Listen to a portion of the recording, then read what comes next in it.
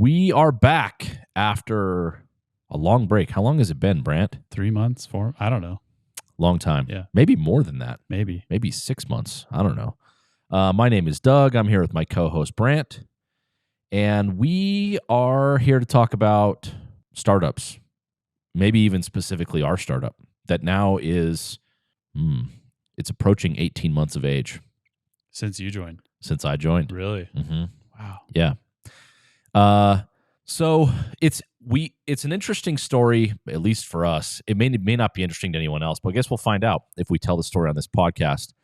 But there's some interesting things we believe could be educational, maybe perhaps inspiring, maybe motivating for others who are in a startup journey right now at various different stages, to tell a little bit about, I guess, some of the challenges, difficulties, decisions that we are forced to make as founders of young companies that are trying to figure out what you want to sell, who you want to be, all the things that come with doing a startup. And along this journey in 18 months, we pivoted twice.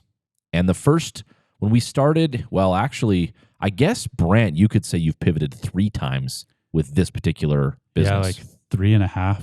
3.5 times.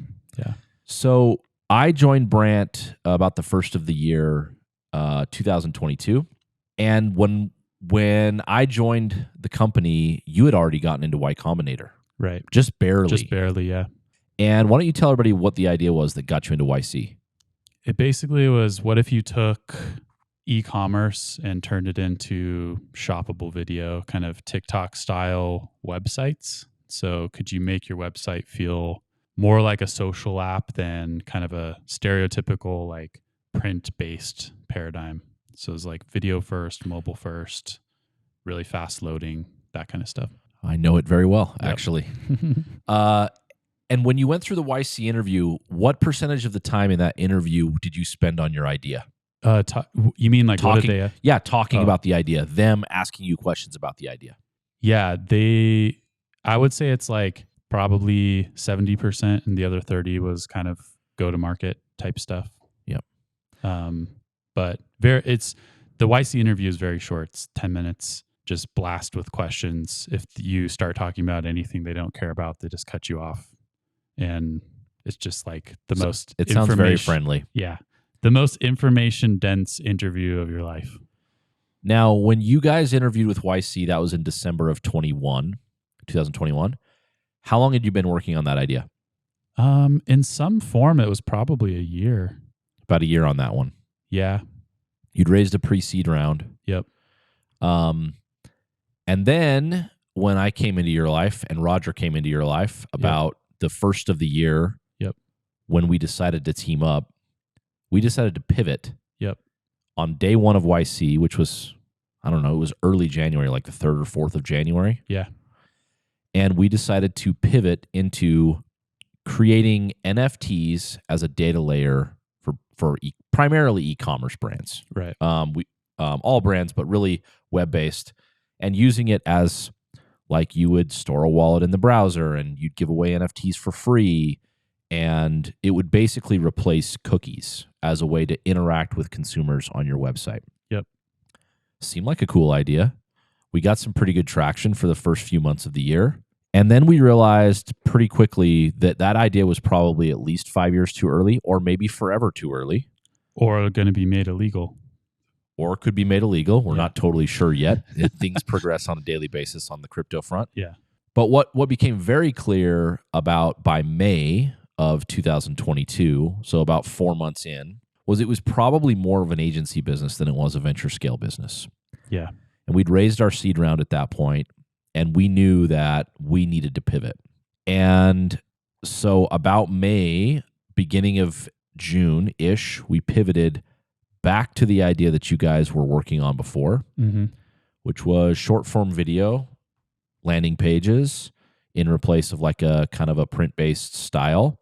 And we spent about 60 days or so building that product back to a place where, and I use the term we built the product in the loosest form possible because I had very little to do with the actual creation of that product. other than some design stuff. And then we began selling.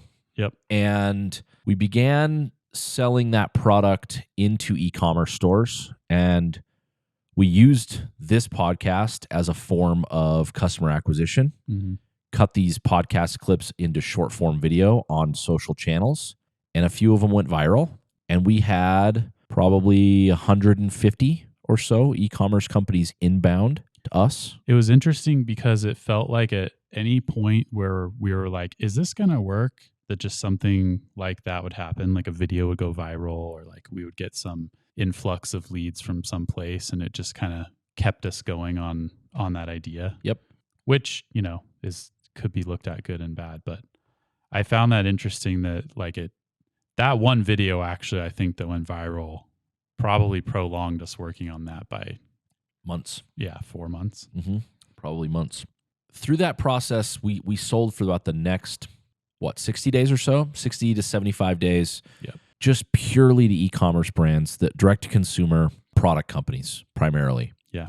How would you describe that period of time, Brant? Pain. That was a lot of pain. There's something about e-com, I think, for product people and engineers and I don't know, just anyone that builds things in the tech space, that's interesting because it's so pervasive. And Shopify and other platforms make these really great flexible APIs that when you see them, you're just like, oh, there's so many possibilities of things I could build on top of this. But also there's 1 million other people doing the same thing. I did not realize how competitive it was in that sense. Probably the way that we framed it then was, it's probably the most oversold software market in the country or in the world. Yep. And everybody, it's difficult when you think about your value prop. How am I going to stand out as a value prop? Essentially, all the value props begin to morph into one thing, which is we're going to change your customer acquisition costs. Yep. And when you hear the same sales pitch over and over and over from many, many software companies, it's very difficult. So difficult, in fact, that we were having lots of meetings with a lot of companies that agreed to a pilot, and they would get on a pilot and we'd show good results for them. And even then, it was still difficult to get them on board for a longer term relationship. Yeah. Another thing I didn't realize was how convoluted the attribution conversation gotten. So if you're not an e-com, it's how do you know which of your marketing efforts is actually making a difference to convert a customer? It's probably the simplest way to put it. And because you're doing 7 different activities at once, or if you're a big company, you're doing 100 different things at once, attribution becomes really painful to make sense of. I knew that was a thing, like from working at Adobe and Vivint and big companies. I didn't realize that it made its way down into, the smaller e-commerce brands and them trying to buy these complicated platforms to make sense of all this. And it just, as soon as you got into them saying like, oh, what's the conversion rate increase and like, what's the CAC increase and all those things, it just I think we just knew this is over. Yep. Like if that's how you're going to measure this is over. So same product, small pivot on the customer acquisition strategy. We said the real problem, we're getting all these meetings, we're having really good conversations, but getting these people to commit was like, Brant's dating life. Just couldn't find the right partner. It was very difficult. So we said, Brant kind of looked at me one day. He's, I think we're wasting your talent on like these small $10,000 sales. Let's go hook a big fish. Because you were sitting there telling me working at Vivint, okay, I was doing deals with, Fortune 50 companies. This is like a whole different arena of sales. Yep.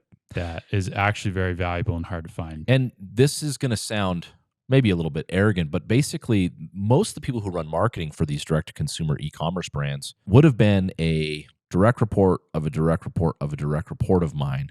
And I was trying to get through to them about why this marketing tool would work for them. And it was really difficult. And basically what we wanted to do was, how do we go talk to a decision maker versus someone who's not necessarily a decision maker and get deep into a sale and get our product really entrenched? Well, that was an unlock. And over the next 3 months, we got to a place where we were bumping up against $2 million of ARR, starting that pivot about September 1st. By about February 1st, ish. It was between 1.5 and 2 million of ARR. And the pivot more concretely was what? It was more just form-based rather than e-com, and service-based businesses rather than e-com, and more of an enterprise-level sale. Enterprise is the wrong way to frame it, actually, because they're not enterprise companies necessarily. But what I would say is big-ticket sales versus a small ticket. We were going after $10,000 to $50,000 of recurring revenue. These customers were hundreds of thousands of dollars of recurring revenue. I think enterprise is the label still in the software world for what it was. And things were going good. And then we got one of our customers invited us to come work for free in a pretty nice office where we had glass and windows and light coming in. This room. Where we're actually sitting right now. It's a conference room today. Yeah. And they're a customer of ours, big customer of ours, called RoofWorks. What they were solving is trying to fix a very painful roofing process that is part of residential solar installations. Sometimes when you put a 25-year product on someone's roof, they have to get a new roof before they can get, solar panel on their roof. And when we moved into this space, two things happened. One, we began having really honest conversations with ourselves about where we were, which is really hard to do sometimes because you have to maintain so much optimism as a founder or you will literally go insane. Mm-hmm. But that requires you to also take a step back sometimes, get out of the weeds, raise your head up over the weeds a little bit, and just do an honest assessment of what's going on. So the first thing, and we'll touch on this first, the honest assessment that we had with ourselves was, are our customers buying us or the product? And the truth was, if we were being really honest with ourselves, they were more buying us. Yep. Even though the product was working really well for their companies. And it still is, by the way. We've got couple customers who still use the product very, very happily as part of a different relationship that we're with them now. So that was the first thing. And does that customer acquisition model scale? And just to touch on what buying us meant, it was you were basically selling, hey, I was the CMO of a very large company, and here's all the things that I know how to execute on a high level. I was kind of coming at it from the tech perspective of executing on product and engineering stuff. I've also had marketing background, and they were just thinking oh, okay, you guys can come in and actually help us with the marketing strategy part of this as well, which was a very different play than most. Yep. At least what we were doing with the software, where we were trying to think of how does someone get in and use this all by themselves and have success. Yep. Didn't see a path there. Yeah. But it's hard because could we have taken that company to success? I still think the answer is yes. However, when we got into this office and got to know the RoofWorks guys even more, one of their founders, Reno, is now our business partner, but I'd known forever, but the other one was new. And as we began to understand more about their business, I looked at Brant one day and I said, I think we should tell the RoofWorks guys that we should kind of combine these companies, go after their idea, and our skill sets on top of that company, I think would be pretty special. And it was hours and hours of meetings with just us talking through why pivot, if we could even get a deal together and make it work. And then with them, convincing them that, this was a good fit for them and for us. And here we are. That deal got done. And just some color on how I thought about it at the time.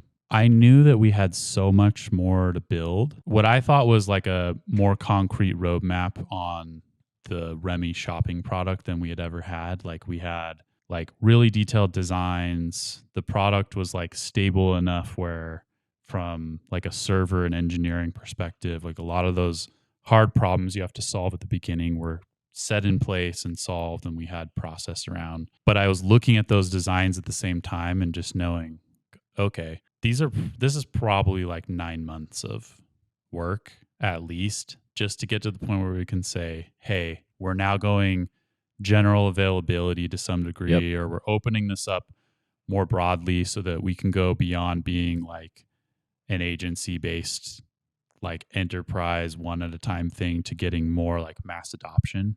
And at the same time, I think I started to understand your relationships a little bit better with the solar industry, the roofing industry, all the different kind of people involved in roof works and like what that would mean. And we started playing out some of the numbers involved.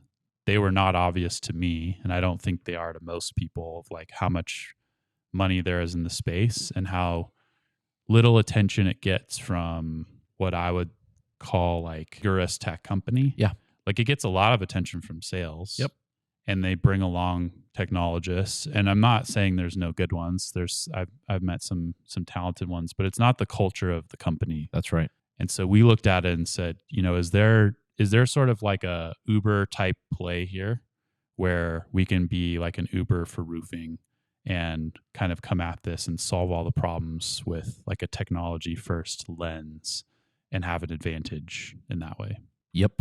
So basically now we look at this and say, we've worked now on this product for, let's see, February, March, April, May, June. It's be almost 5 months now. Roofworks. Roofworks, Yeah. yep. Mm-hmm. Which we actually are not Roofworks anymore. We brought it into Remi. Mm-hmm. So it is still Remi. And we are still very tech focused, even though you're like, oh, this is roofing? What do you mean roofing? And some of our investors were like, wait, what? Roofing? I thought you wanted to build a tech company. I thought you wanted to be venture scale. Well, actually, those two things are still true. There's a lot of opportunity in this space. But the key thing that Brent and I were laughing with each other, probably, I don't know, in March, early on into this new project. And I asked him, I said, hey, Brant, do you think we have product market fit in this new direction we were moving? Because I can't tell you how many times we had this conversation. Usually me bringing the conversation to Brant because I was new to startups, trying to figure out like, how do you know when you have product market fit? And guys, let me tell you, when you have product market fit, you know it. And we knew it.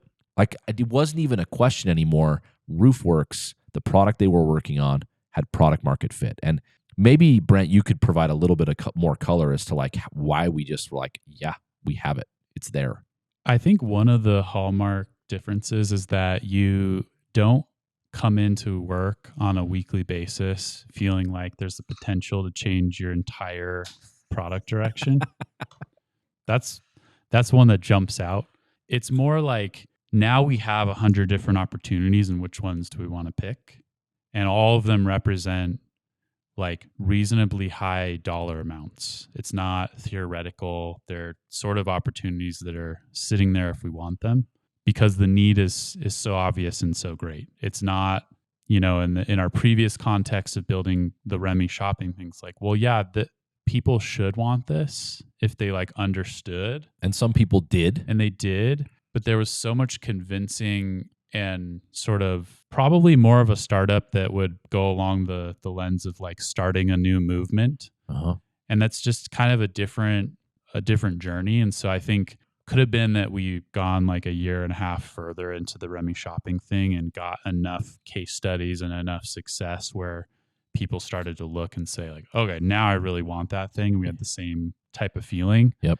But it wasn't there at all when we pivoted. That's right. And the other thing that I will say is, when we got here, tech, they had a product, but it was basically some patched together CSV files for lack of a better term. There was more than just that, but there's code, but it was basic. It was not like, I wouldn't say it was like the focus of the company. That's to right. Be a tech company. Yeah. Yeah. But even if that was true, the customers were like pounding down their door for their product. And so the way that I describe it to Brant is now, the first 12 months or so of this startup, for me, I was really naive coming in. It's like, I'm going to layer sales on top of an idea and I'm just going to go after it. And that's kind of what we did the first 3 months. And we had like, even going through YC, we had this incredible pipeline, customers that were signed agreements, but that didn't really prove to be true. It didn't come to fruition the way that I had expected it to. And now when I look back at that time, it felt like I was running a science experiment, not necessarily a business. Yeah. Is the way that I feel today. Whereas now we have tons of problems like all businesses do, but it feels like I'm running a business again. And maybe that's the distinction of how do I know if I'm exiting seed stage and kind of moving in towards a Series A type of company, even if you're not fundraising, but you've kind of left the idea maze, is what you said. I'm not worried that we're going to start from scratch on remaking our whole product on day one. That's like maybe the tech lens. From the business side, it's like, I don't need to worry if I'm even selling the right product anymore. It's now just finding the customer and delivering on what we promise, and they're going to be really happy. Yeah, it seems like, I don't know, this is all somewhat of a moving target, but like, there's obvious like revenue benchmarks when you're fundraising and how to think about it, whether you're in like seed stage or Series A or B or whatever. And even with like, do you have product market fit? To some degree, it doesn't really, I don't know. It's like one of those questions of like, sometimes I wonder, especially in the early stage, like why people are so focused on answering the question or not. And it almost just seems like, I don't even remember who said it, but it's like, oh, if you're continually asking, you most likely don't have it. So the only real function it serves in my mind is just trying to understand if you should like keep working on the given idea or not, currently working on. And this is where I think the founder market idea fit is interesting and played into our decisions as well. So I would say when I was kind of working without you guys, I was thinking about this from the lens of just build a great product. I knew how the whole like sales and go to market motion worked, but it's not like the first thing I think about. So it's just like build a great product. I know how to bring in the other people and we'll go attack it that way. But like the product is the focus. And that's where you start. And I just sort of knew that the beginning stages sometimes take years to like really craft the right thing. When you came in and started talking about the pre-existing relationships in the solar industry, and then I also saw sort of the level of sales ability you had in like the, I don't know, more enterprise arena, it was like, oh, if we keep down this existing path, there's going to be a point where, our founder market fit, and it already was kind of like misaligned. I thought you brought this up, and just making the tweak that we did, it sort of allowed you to then sit in front of like focusing on the finances, the spreadsheets that you easily came into, RoofWorks, and were able to identify a lot of different aspects of the finances that, I don't think would be obvious to most people. Even though this isn't like the same type of tech product, I'm still getting to do all the same type of stuff in terms of like going deep on product, and it's interesting and it's fun. You're getting to do the other side of it that I think is more interesting and fun for you. And like that one change alone, I think just from like an energy perspective made a world of difference. And that was even something that like got brought up on some of our investor calls. Like, Yep. Guys, I don't know if I still fully understand this, but all I know is your energy is like 180'd. Yeah. The light is back in your eyes. Yeah. So one thing that's interesting that maybe we can kind of begin to wrap this thing up, that I've thought a lot about is, well, there's really two aspects to this that I want to talk about, because I think this is important from a founder's perspective. I think everybody, when you start a company and you're a founder, the idea matters. And I think there's something in the back of a founder's brain that's like, man, if I invent something that so many people use from scratch, this idea that we had, wouldn't that be amazing if it works? And when it works, won't that feel amazing? Well, guess what, guys? The business we're working on today, we didn't have the idea, but we have been able to come in and provide significant value. And to Reno's credit, our business partner on this project, he had an amazing idea. But what Reno was lacking was some of the other team members that he needed to help execute it. And you talk about my relationships in the solar industry. Reno has as much, if not more, in the solar industry. So he was like working in the right space. He had all the right relationships, but there were still things that he needed in order to make this work. So it's not always just about the idea. Oftentimes it's idea, team members, and its business model. All those three things are very, very important in order to be able to execute. Now we're in a place that we've got a great team. We've got the product is starting to come along. We've got some really exciting possibilities with our partnerships. Our revenue is strong. Our margins are strong. And it's interesting to watch it all come together. But ultimately, the project we're working on, we didn't think of. That's kind of weird to think about. Yeah, I think just kind of nailing down this point or hammering it home, there's a book I started listening to around this same time called Super Founders. And essentially this guy, Ali, took data and just broke down all of the common patterns that everyone talks about of like, oh, well, to be successful, you have to have at least 3 founders. Or to be successful, you have to be 25. Or there's just all these sort of anecdotes that get tossed out. And there was a lot around like what ideas work and on and on and on. And he basically compiled all the data and just kind of proved more or less that there isn't one. There's no model. There's no pattern. There's no model. There are some things that show up, where they happen more often than not, but it's less one-sided than you think. Like the most strong patterns happen 65, 70% of the time or something like that. He had one example where the company started with 14 founders. Like if you and I saw that, we'd be like, you guys are stupid. Kind of sounds like Twitter. Yeah. You guys are stupid. This isn't going to work. Did it work? It worked. Yeah. Wow. I don't even remember what company it was, but it's like $1 billion plus Crazy company. Yeah. It's back to where we've talked about this before, but it's back to where you have to have that optimism. You have to pay attention to what other people have done. Like you can't just be naive and try and think you know everything.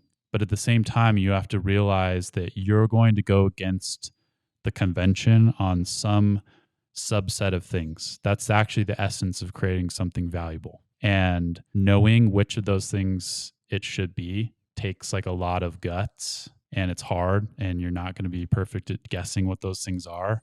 And having people that you like really trust to kind of consult is a huge part of success in this. Particularly people that have accomplished things and have a type of life that you actually want is like a huge part of who you should choose. I see so many founders pick people whose lifestyles they want nothing of or don't match what theirs are. Like a common one is people that have never had kids, but they have a family of 4 or 5. Well, whatever advice that person's going to give you most likely doesn't line up with, the types of things that you might think about in terms of where to make those trade-offs. So anyways, I think that, the jury's still out on where our story will go. Yeah. But in terms of where we've been able to get to and sort of thinking about making those trade-offs, like we know we're sort of going against some amount of the norms, but it feels you can just sort of feel like when you made the right choices, and it's obvious now that we made those right choices to get to where we're at. That's connected to this. The last thing we'll talk about here before we wrap. Pivoting takes a massive amount of humility, and there is nothing that will humble you faster than a startup. Nothing that I've ever experienced. And it's everything from no matter who I talk to and I run into that knows that I'm doing a startup, it's always like, so you guys doing that thing still? Yep. It's like, no, we actually pivoted. And I got to walk people through it every single time. And you have to be able to look people in the face that don't know anything about startups, don't know anything about your situation, and be really honest. To be like, it didn't work. You have to be willing to do that and be honest with yourself. And so you have to maintain humility, because it's going to happen dozens and dozens of times, as you navigate the startup journey. And it's got to be it's just part of the journey. And just knowing that there's a lot of people who, are either jealous of what you're doing, but don't have the guts to actually go out from the opportunities that they're currently in, and are going to potentially like want you to fail in some way so that they can justify that it was a dumb thing to do, and then that they don't have to do it themselves. Or you have people that, just don't like you or whatever. But the point is, along the road, there's also people who are like behind your back saying, oh, I knew they shouldn't have done that. Yep. I know that was a dumb idea. Like, yep. I knew. And they're just going to sit there and armchair everything that you do. And it doesn't matter. It doesn't matter. Yeah. Doesn't matter at all. I think for us, it's just, we kept coming back to like, I don't know, we're just having a good time. Like, this is what we like doing. It's not fun all the time, like in the day to day, especially when having to like downsize the company and like let go of people we care about or figure out like how to pivot for the fourth time or whatever. It's not that it's always fun, but the overall game is something that we enjoy. So That's right. Like, who cares? We're going to keep playing it. Yep. And look, even if this doesn't turn out to be a success at the end of the road, I think we can look ourselves in the face and say, we really did try everything we could to make it work, but we're going to get this one across the line. We're going to get this one across the line. It's going good. And you really do have to enjoy the journey, as cliche as that sounds. It is, we've had this conversation multiple times where it's like, man, I wish we would have just known that up front, X, Y, or Z factor, variable, whatever this thing. And it's impossible. You just don't know what you don't know. And that is part of the fun of being a startup. If you want to know exactly what's going to happen tomorrow, there are lots of companies or government agencies that you can go work for. Yep. Like you can have that. That is not why you start a startup. You have to get into the startup game because you want the variability, you want the challenge, you want the mental exhaustion, you want to think differently than you have for in any other part of your career. And if you're up for those things, be ready because it's going to be a roller coaster. You really just don't know what to expect. Okay, well, this was either the first or the continuation of unnamed or potentially not unnamed podcast. And we look forward to talking more regularly with you guys again. We've got some fun topics coming up, and we will talk to you all soon. See ya.